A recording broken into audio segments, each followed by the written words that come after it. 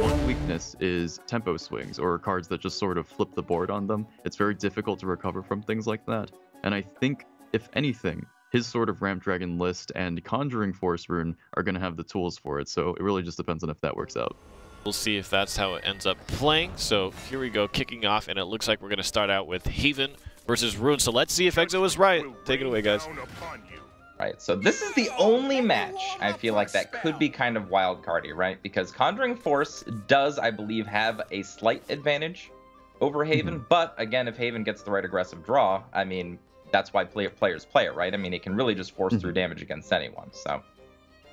Yeah, I think it's kind of funny that even though this is just one of the most out there archetypes of rune we've ever seen, it still does contain 3 kaleidoscopic glows. So depending on how Onion Sheep kind of mulligans this, we can find one of those early. That could be just a huge hit in the tempo that Fatina can gain early on. You know, I've played a lot of Tempo Haven in my day, and I can tell you what it feels like when Beast Call Arya is sitting on 1. You've already ramped up your game plan. You're like, I know what I'm going to do. And then it gets kaleidoscopic load. And then your head drops down into your seat. I don't know where it goes. It rolls off onto the ground. It doesn't feel good. But yeah, Kaleidoscopic Glow is the most important card in this matchup by far in the early game. And then after that, it's just who can assemble damage the fastest. I think it's so important, in fact, that Onion Sheep just full mulligan perhaps for it. At least that's the read I want to try to make there. Unfortunately, the hand he's pulled here is really awkward. Rather than going for it, I think his hand actually got a significant amount worse by going for that. Yeah, and I actually really like the keep from Fatina. Obviously, you're keeping Minyu versus Rune. It's just a solid card versus Rune. We've seen that in past, of course. But the double Pinion Prayer keep is something I kind of want to talk about. So when you're on the draw against Rune, if you expect your opponent to have Kaleidoscopic Glow on 2, then it gives you a chance to play both of them out again and still have a really nice tempo play to push right back against Kaleidoscopic Glow. So I really like the hand that Fatina has. And like you said, Onion Sheep full mulled and did not get what I think he wanted to see. So... Even here, probably what he's thinking about is not even just whether to dump an Angelic Snipe. I highly doubt he ever would, but rather he's looking at this hand and just contemplating, you know, how do I develop this? If I hit certain important cards, then where do I go from there? How important is it to spell boost this Fiery Embrace, things like that?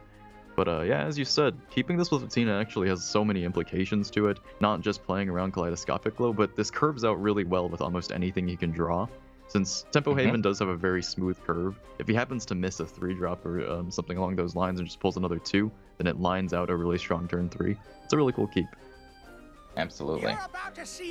Onion Sheep going back to his old style of Onion Sheep play, where he has to sit and think, use up all of his turn, and you know what? That's okay. This is the finals of the finals of the finals. This is the time to slow play, as much as you can. Think about all of your options. Yeah, plenty of time to play the game. There's like no reason not to take the time to think about his moves.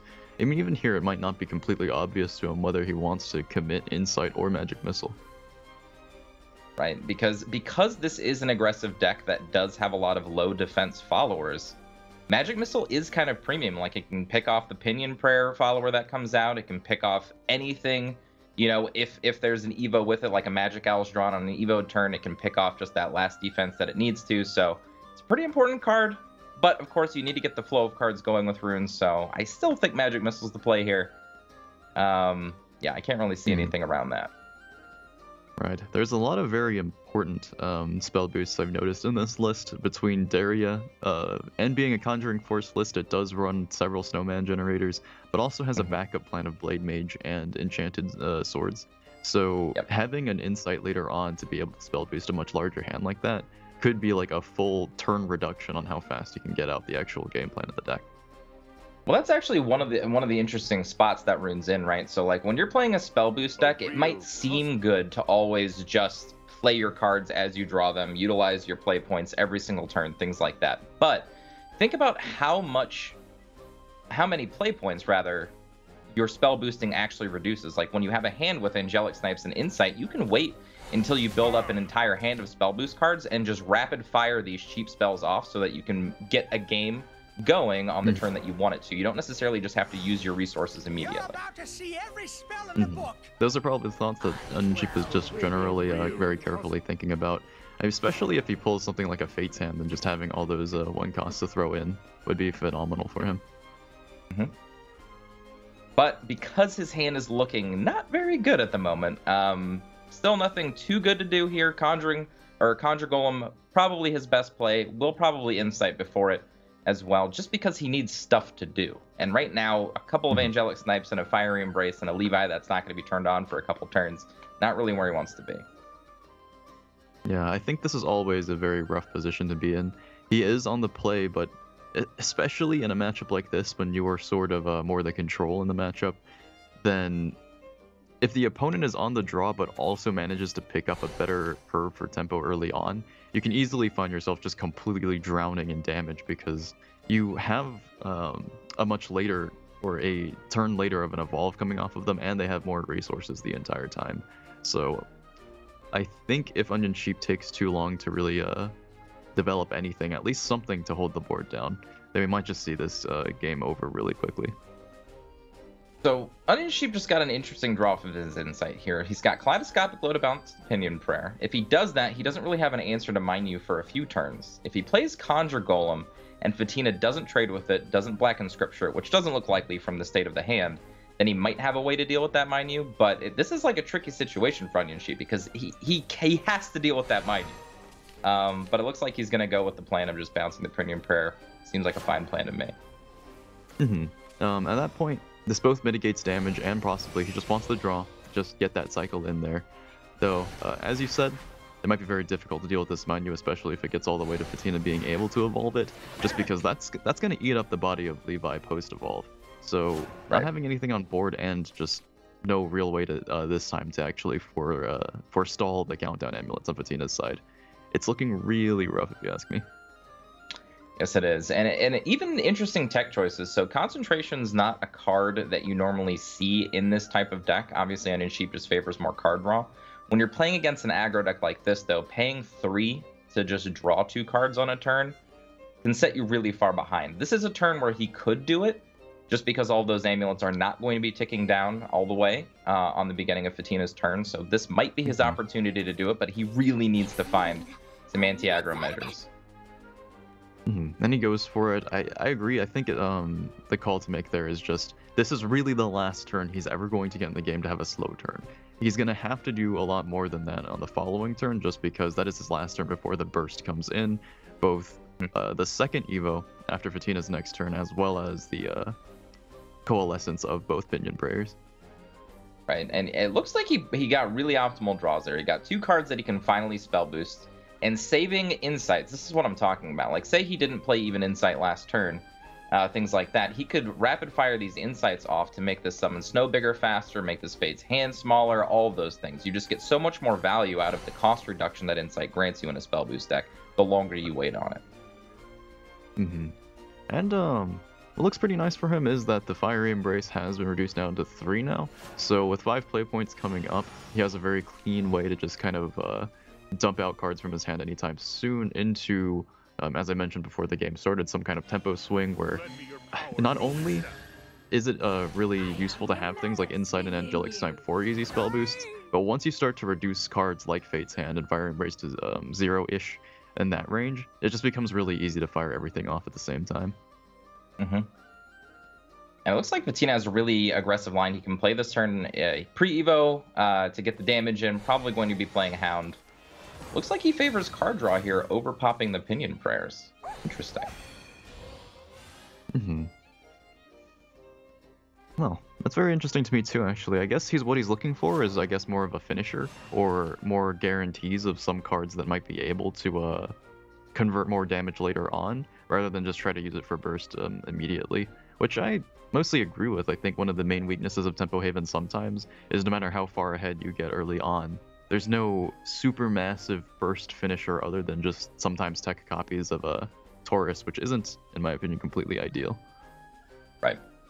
But I do think that Onion Sheep's hand is developing quite nicely here. He's got the Levi play. He can clear up the entire board.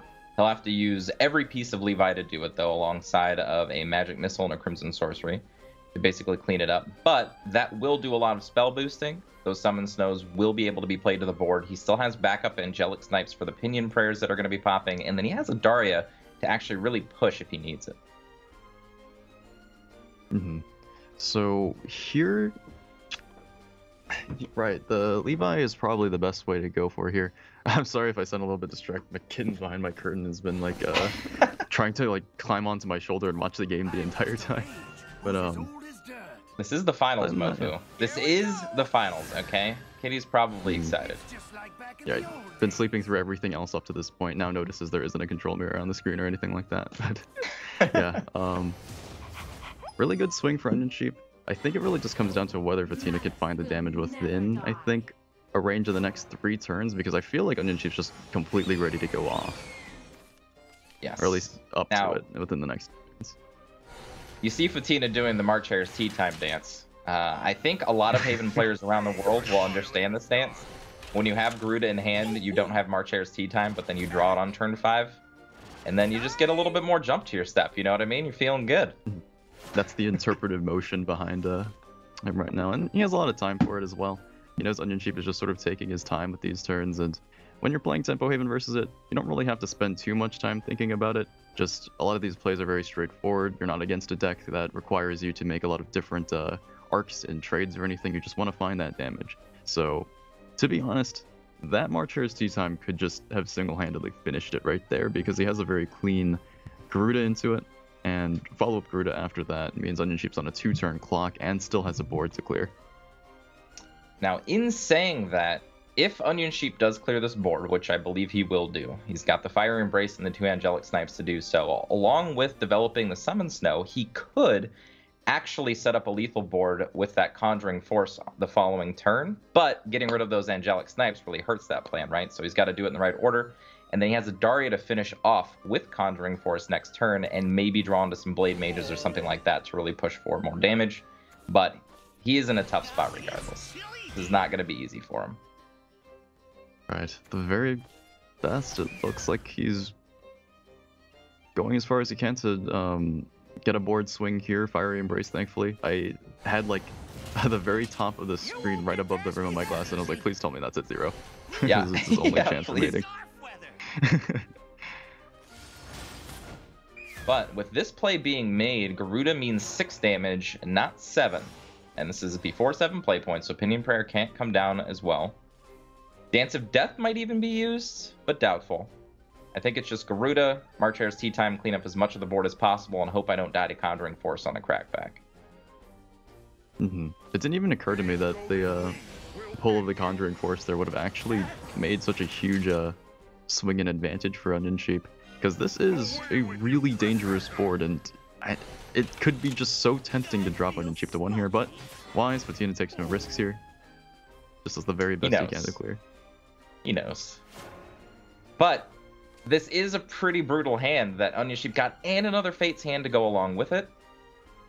Ooh. Ooh. I don't think that's it yet. Conjuring Force into double snipe Fate's hand is an addition of 3, so that's 12 damage plus 2. No way to get an additional spell cast, I don't think, off the top of any kind. No, doesn't look like it. And this is the last turn Onion Sheep has alive, because even if this board is dealt with, we see Garuda and Pinion Prayer in hand for 5 damage. It didn't occur to me though. that... Yeah, it didn't occur to me that Daria was active off of those spell boosts. So, there are some things. I think there were no Fate's hands left for him, though, so... Ouch. So close. Only 5 damage away from lethal. Fatina, again, getting back to his happy dance. I like it. We're in good spirits today.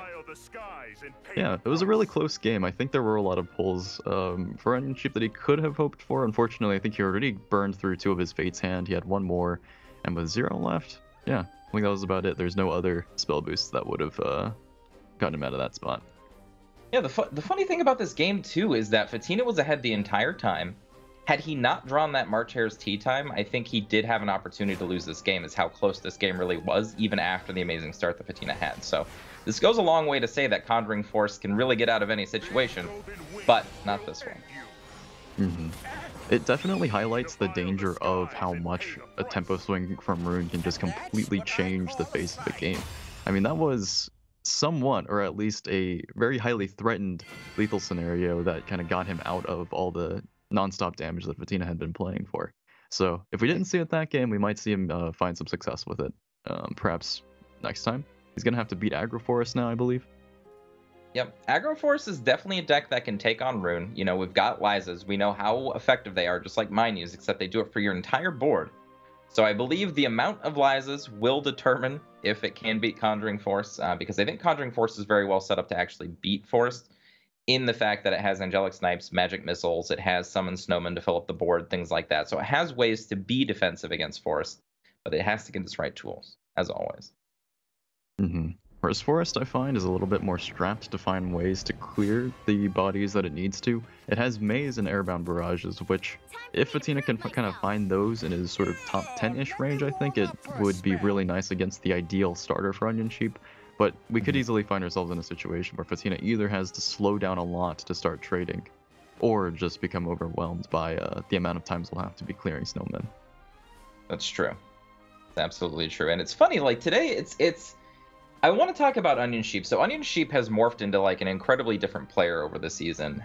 He went from like hard control grinder decks, grinder meaning, of course, that they just try to grind their opponent into dust over time and then just win with whatever cards they have left over, into aggro we've seen him shift into. Now we're seeing him play more like combo control types of things. So it really feels like either A, he really understands what he wants to be playing against, and building decks for that, or he's really unsettled with himself on what he actually wants to bring to these tournaments.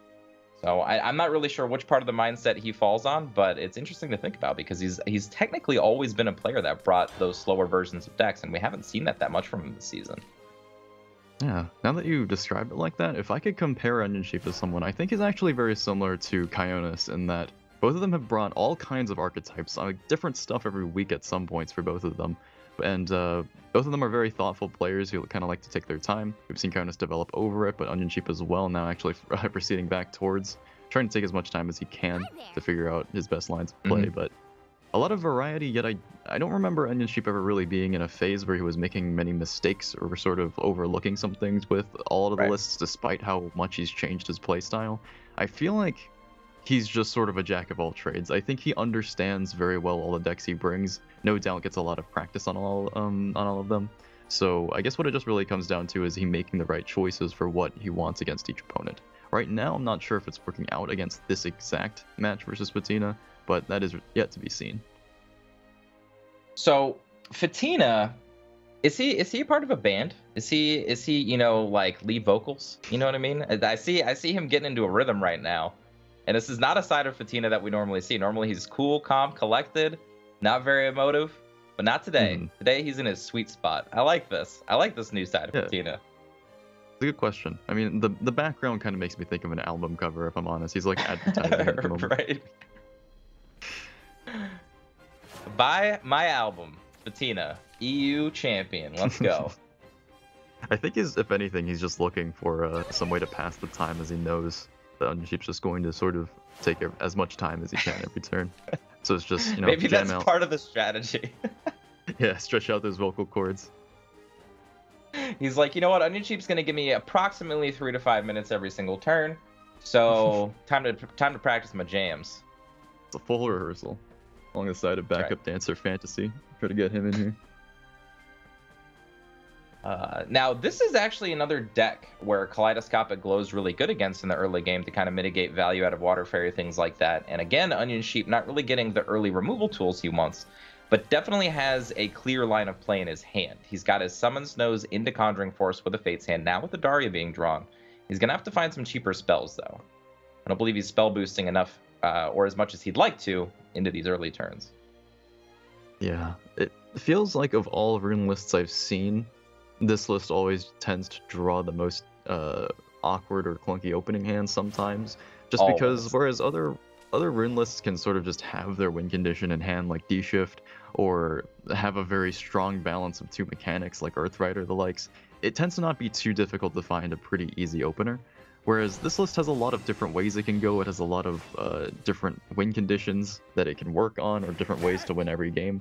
And so especially when it doesn't find its early game disruption like Kaleidoscopic Glow or Magic Missile or any sort of way to remove threats from the board, then it's sort of the development of its game plan can be so much more awkward. It might not be good enough just to go Insight into summon Ice Form.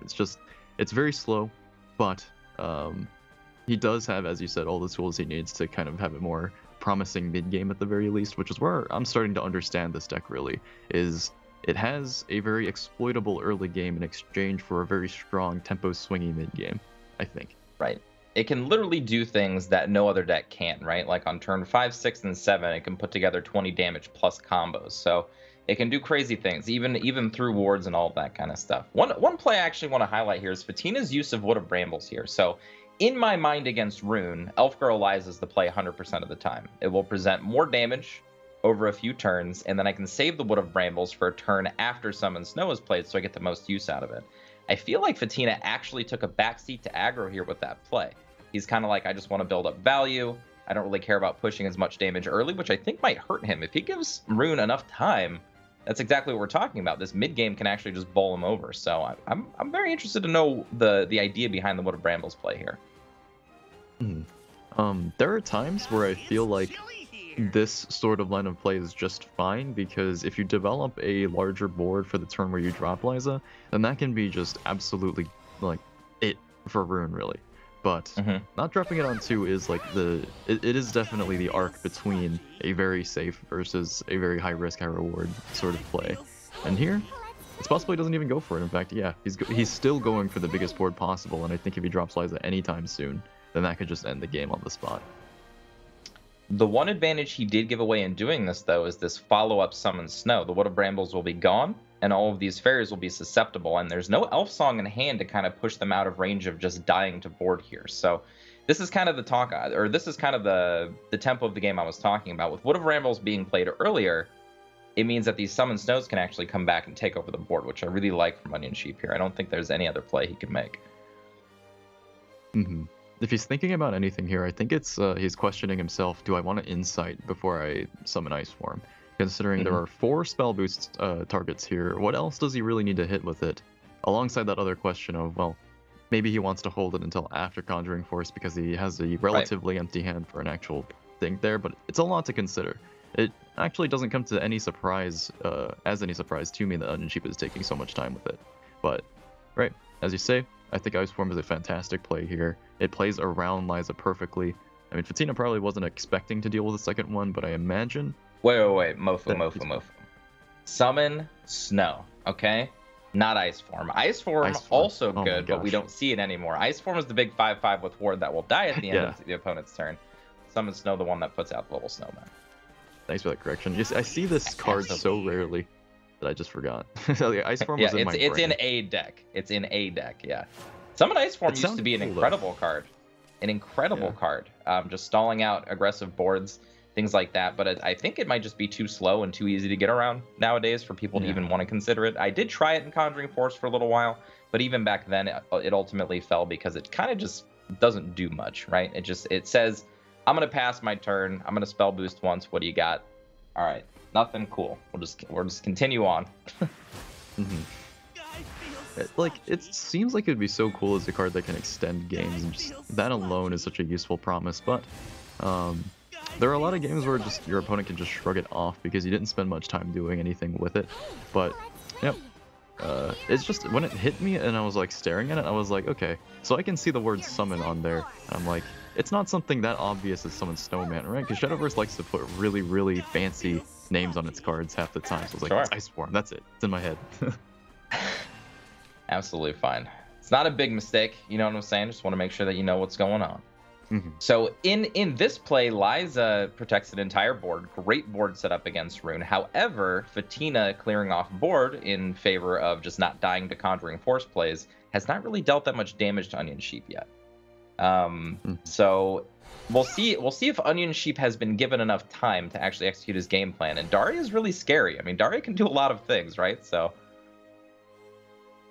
yeah, it looks to me as though Daria is an option immediately, but it throws away a lot of very premium tools. But if he doesn't go for it, his next best play is just tossing away a Blade Mage. Well, This is where your observation of how Fatina's been playing the game so far really comes into application, I think, where he hasn't really been playing for damage the whole game. So I feel like Onion Sheep's not terribly pressured to have to go for very much. He has a very high life total still. He's not under threat of just taking damage from board into Fairy Driver. But Right. I think that Darius still is the faster and safer of the plays, and he still chooses to go for it.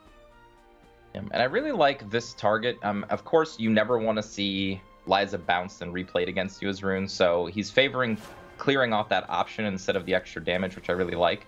The other cool thing that it does is it prevents cards like we see in hand right now from being able to evo into it appropriately. Like Fairy Driver would have to actually just sacrifice herself in order to do this. But I think the Daria is just going to be forgotten about. This is just full damage turn. Right. And this is the upside to the way that Patina has been playing, is he's had such a commanding grip of the board that the first time he hits one of his main sort of enablers for a lot of damage like Elf Song, he's already set up for it because he's already got so much developed by the first time that Onion Sheep can really even deal with Liza. Yeah. And now we actually see it really kick in for Onion Sheep. Playing these cards like Concentration, especially drawing them off of Daria, cannot feel good. There's nothing about that feels good. Well, I think there was some confidence behind him bringing these lists here, so unfortunate. I think Patina just made the right call in general. We're seeing his aggro lineups just completely run over Onion Sheep's Conjuring Force room, which is unfortunate considering how much I like watching the deck, but it's also something that we did anticipate. That's absolutely correct. And he's got an Angelic Snipe, he's got an Evo, so he can clear out all but 2 damage here. That can be Evo'd for 4, and Fairy Driver next turn can play 2 Fairies for another 4. That's game. That's game, ladies and gentlemen. But Onion Sheep, of course, going to play to as many outs as he possibly can, which is clearing off as much of the board. But as we know, Patina's already got it under wraps. This is much like last game, where Tempo Haven, even after the board is being cleared, Patina has this damage push out of hand that can still win the game. Last time it was Pinion Prayer and Garuda. This time, Fairy Driver. Right. Something worth noting, at least to me, about the speed of the decks as well, is Onion Sheep has been on the play both times, meaning he's had a pretty decent extension of how much he can get off, and we're seeing, his deck is almost getting there, it really is. It's pushing onto the board really well, cycling through most of itself. I mean, he's 26 cards in here, but just there's no way to mitigate damage in the list, so hasn't been able to find any decent tempo swings with Prime Wind. That's just kind of how it falls apart against Patina. Right, and Patina will take this first one and solidify himself into the finals. And that means that Onion Sheep's going to have to do battle with Akamara Red to see who's going to face Patina in the finals. And so far, Mofu, I've got to say, my predictions are coming true.